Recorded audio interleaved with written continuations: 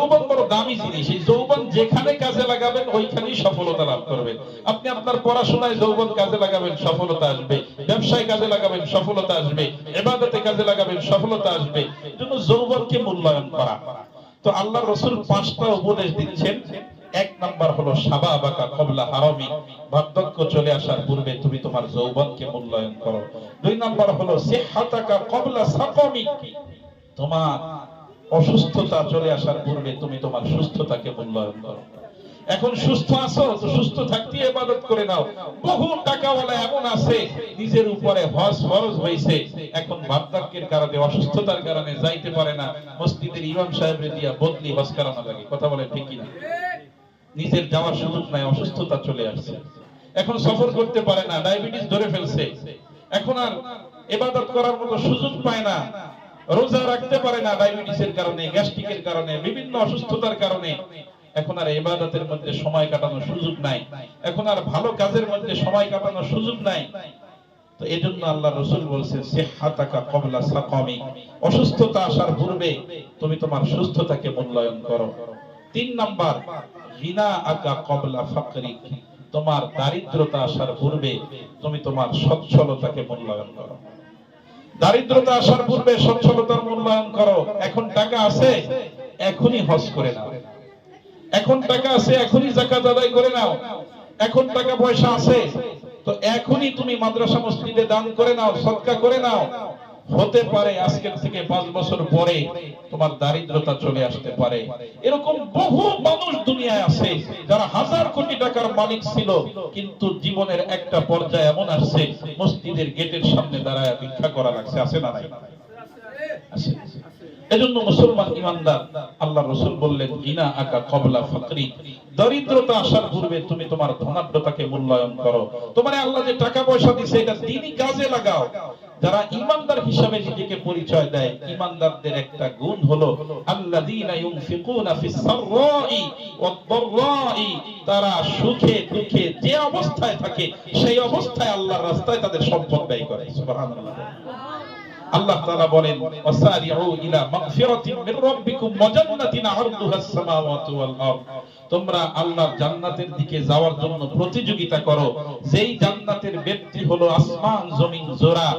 উইদ্দাত লিল মুত্তাকিন, আল্লাহ জান্নাত মুত্তাকিনদের জন্য বানাইছেন। এরপরে আল্লাহ তাআলা পরিচয় দিচ্ছেন মুত্তাকি কারা, আল্লাযীনা ইউনফিকুনা ফিস সাররাই ওয়াদ দাররা, যারা সুখে দুঃখে ভালো অবস্থায় খারাপ অবস্থায় সর্ব অবস্থায় আল্লাহর জন্য ব্যয় করে, তারা হলো মুত্তাকি। পড়েন সুবহানাল্লাহ। আল্লাহ তাদের জন্য জান্নাত বানিয়ে রাখছেন, বানাবেন না। উইদ্দাত এটা মাজির সিগা, আল্লাহ বলেন তৈরি করা হয়ে গেছে, তাদের জন্য জান্নাত বানায় রেখে দিয়েছেন, শুধুমাত্র মরতে দেরি, জান্নাত দিতে দেরি হবে না। সুবহানাল্লাহ। এজন্য মুসলমান দারিদ্রতা আসার পূর্বে আমার ধনাঢ্যতাকে মূল্যায়ন করতে হবে। আমি মনে করতেছি মরার সময় ওসিয়াত করে যাব, মরার সময় ওসিয়াত কাজে লাগে না। মরায় ওসিয়াত করে যাবেন, আপনি মরার পরে সম্পদের মালিক সন্তান। ওসিয়াত যদি কাজে লাগে সর্বোচ্চ 3/1 মধ্যে, তার বেশি চাইলেও আপনি আর ব্যয় করতে পারবেন না আল্লাহর রাস্তায়। আপনি ওসিয়াত করে গেছেন 100 টাকা আপনার আছে, ওসিয়াত করে গেছেন যে 100 টাকা আমি আল্লাহর রাস্তায় দান করে দিলাম। আপনি মরে গেছেন, মরার পরে ওইখান থেকে 33 টাকা ব্যয় করা যাবে, তার বেশি ব্যয় করার সুযোগ নাই। মানে মরার সময় ওসিয়াত কইরা মরার পরে ব্যয় করার সুযোগ নাই, ব্যয় আপনার জিন্দেগিতে করতে হবে। আপনি কিসের পিছনে পড়ছেন?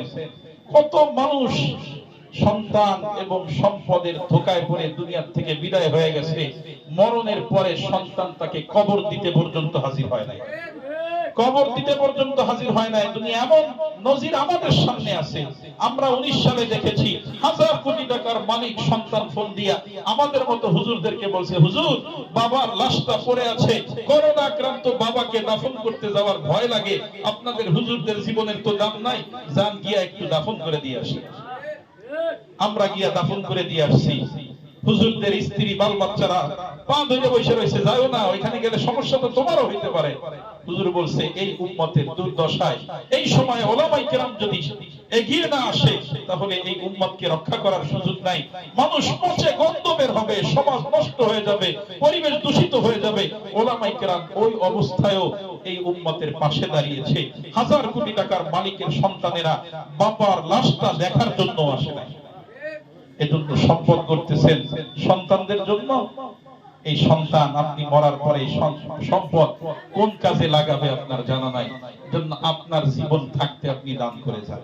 জীবন থাকতে গিনা আকা কবলা ফকরি, আপনার ধনত্রতাকে আপনার দারিদ্রতা আসার পূর্বে আপনি মূল্যায়ন করেন। এরপরে আল্লাহর হাবিব বলেন ফারাগাকা কবলা শুগলিক, তোমার ব্যস্ততা আসার পূর্বে তুমি তোমার দারিদ্রতাকে, তোমার অবসর সময়টাকে তুমি মূল্যায়ন করো। ব্যস্ততা আসার পূর্বে অবসরকে মূল্যায়ন করো। এখন অবসরে আছো তো অবসর সময়